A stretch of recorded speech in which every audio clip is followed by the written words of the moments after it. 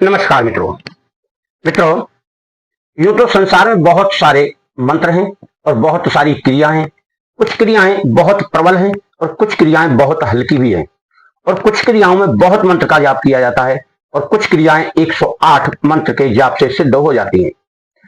जैसा कार्य होगा वैसा ही आपको मंत्र जाप करना है, क्योंकि मंत्र की शक्ति कार्य के अनुसार करती है और जो कठिन कार्य होता है उसमें अधिक से अधिक मंत्रों का जाप किया जाता है, क्योंकि इस प्रकृति का स्वभाव इतना सामान्य नहीं है जितना आप समझते हैं।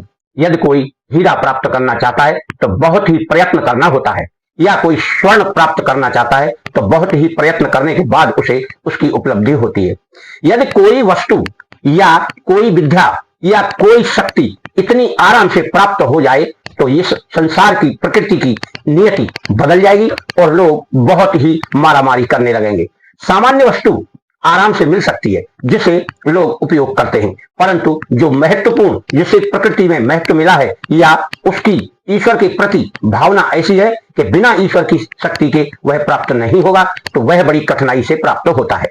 अब आप भी सोचिए, यदि कोई व्यक्ति इस संसार में रहकर अंतर ध्यान होना चाहता है यानी अदृश्य होना चाहता है, तो क्या वह विद्या आपको इतनी आराम से प्राप्त होगी? नहीं होगी।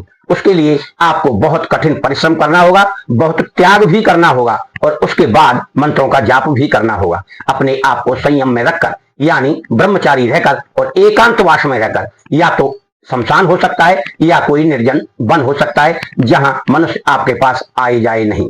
मित्रों, आप स्वयं जानिए कि इतनी शक्तियां ऐसे आराम से हर व्यक्ति को मिलती तो क्या संसार का संतुलन बना रहता? कभी नहीं रहता। आप भी इस बात को सोच समझकर करिए। आज हम एक अदृश्य होने का एक ऐसा काजल बताएंगे इसमें, जो आपको अपनी शक्ति से बनाना है। किसी शुभ मुहूर्त से आप इसके मंत्र का कम से कम 1 लाख बार जाप करें, 1.25 लाख कर ले, कोई दिक्कत नहीं है। यह सामान्य क्रिया है मंत्र जाप की, इसमें कोई परेशानी नहीं। जब 1 लाख मंत्र का जाप आप सिद्ध कर लेंगे तो उस मंत्र की शक्ति आपके अंदर होगी और आपको उसके बाद तंत्र का प्रयोग करना है। उस तंत्र के द्वारा ही आपको अदृश्य होने की वह शक्ति प्राप्त होगी। मित्रों, शक्ति प्राप्त होने के लिए स्वयं में एक साहस, विश्वास, आस्था होना जरूरी है। मंत्र तो कोई भी जाप कर लेगा, परंतु मन चलायवान होकर उस मंत्र का ध्यान नहीं करेगा तो वह मंत्र सिद्ध नहीं हो सकता। अब आपको मंत्र सिद्ध करने के बाद एक प्रकार की रुई, वह 4-5 प्रकार की रुई है, आप उसको तैयार करें। यानी एक आख बोलते हैं, अकौवा, अकोटा, उसमें रुई निकलती है। जब वो पक जाता है फल, उसके अंदर रुई निकलती है। तो एक बत्ती उसकी बनानी है और एक बत्ती आपको सेमल की बनानी है। सेमल एक वृक्ष होता है, उसमें भी रुई निकलती है। और एक बनानी है आपको कपास की रुई, कपास जिसमें कपड़े बनते हैं, उसकी रुई की एक बत्ती बनानी है। और एक बनानी है आपको रेशम की, यानी रेशम का कोई धागा हो, उसमें से एक बत्ती बनेगी। और एक बनानी है आपको कमल नाल, कमल की डंडी की बत्ती, उसके ऊपर आपको तेल में जलाना है। यह सब प्रकार से तैयार की हुई बत्तियां बनाकर आप एक दीपक जलाएंगे इस तरह के, यानी आख, सेमल, कपास, रेशम और कमल नाल, 5 प्रकार के दीपक आपको जलाना है। जहां आपने साधना बैठ के की है एकांत में, एकांत यानी निर्जन जंगल में, वन में, किसी मंदिर पे जहां कोई नहीं आता हो, वहां आपने साधना की है, 1 लाख मंत्रों का जप किया है, वही रात्रि में आपको यह काजल बनाना है।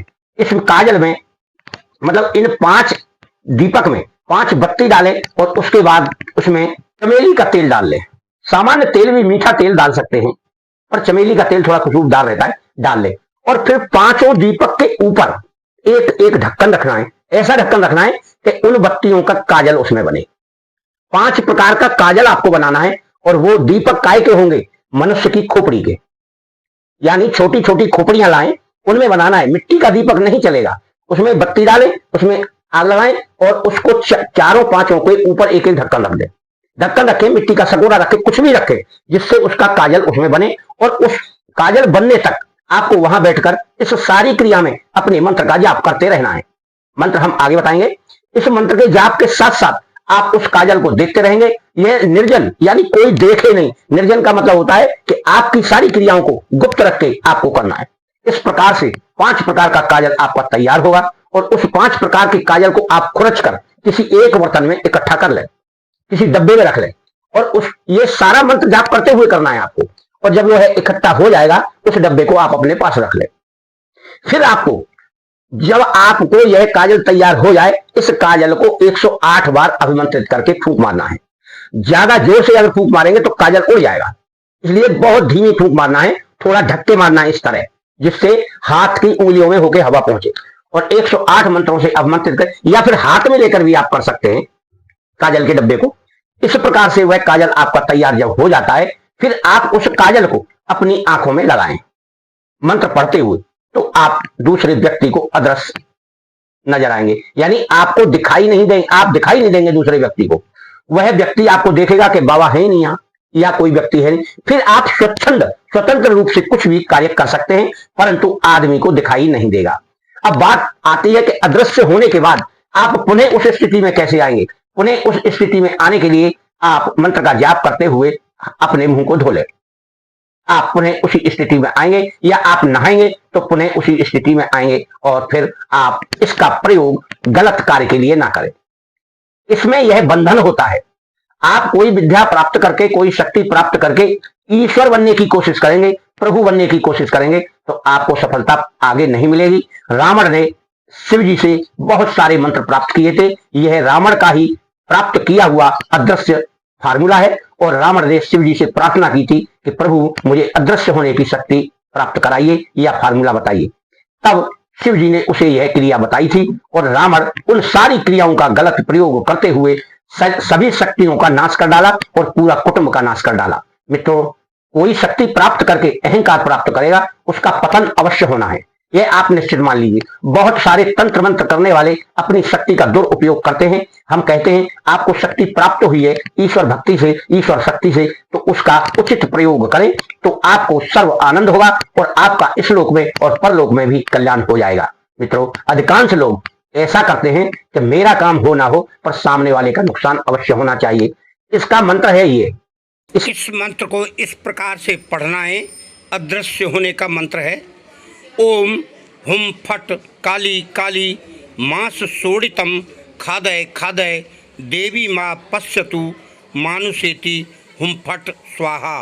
इसी मंत्र का आपको 1 लाख बार जाप करना है, और आप एक नियम बनाकर करें, संयम में रहकर करें। यानी 1 लाख में आप कितनी कितनी माला 3 बार में जाप करिए, सुबह दोपहर शाम। इस प्रकार से आकलन कर लीजिए, और एक माला की गिनती आप 100 मानकर चलिए। 108 दाने की माला में 8 दाने भूल चूक के लिए हैं।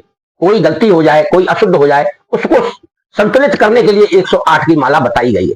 यदि कोई व्यक्ति बोलता है कि 1100 मंत्र का जाप करना है, तो आपको 11 माला करना है, या कोई बोलता है 500 मंत्र का जाप करना है, तो आपको 5 माला करना है। 8 दाने की गिनती इसमें नहीं मानी जाती। इस प्रकार से 100 माला, 1 लाख का मतलब हो तो 100 माला आपको करना है, और 100 माला आप डिवाइड कर लीजिए कितने दिन में होगा, आपका मंत्र सफल हो जाएगा और आप अदृश्य के स्वामी हो जाएंगे। जब चाहे जब आप अदृश्य हो सकते हैं। कई साधु संतों ने इसका गलत प्रयोग किया था, आखिर में वह मौत को प्राप्त हुए, अदृश्य होकर वह गलत कार्य करने लगे थे और उन्हें उसका भुगतान करना पड़ा। मित्रों, मेरे साधकों, मेरे दोस्तों, आप किसी भी मंत्र का गलत प्रयोग ना करें, उसका परिणाम आपको भोगना है, मुझे नहीं। मैं केवल आपको ज्ञान दे रहा हूं, उसका प्रयोग आपको करिए। बंदूक की दुकान से बंदूक खरीदी जाती है, मगर बंदूक बेचने वाला यह कहता है सावधानी रखना, उसका कोई दोष नहीं है। यह सारा कार्य आपको विद्या मिलने पर करना है। बहुत सारे मंत्र हमने डाले, बहुत सारी क्रियाएं डाली हैं, आप कुछ करिए। लालच में ज्यादा पड़ेंगे तो सर्वनाश कर सकते हैं, इसलिए लालच छोड़िए, संयम रखिए और अपने घर गृहस्थी का कार्य करने के लिए उचित मंत्रों का जाप करें, प्रभु का ध्यान करें, तो आपका कल्याण निश्चित है। आपका और आपके घर परिवार का मंगल हो, सदा आप सुखी रहे, मेरी तो आपसे यही करबद्ध प्रार्थना है।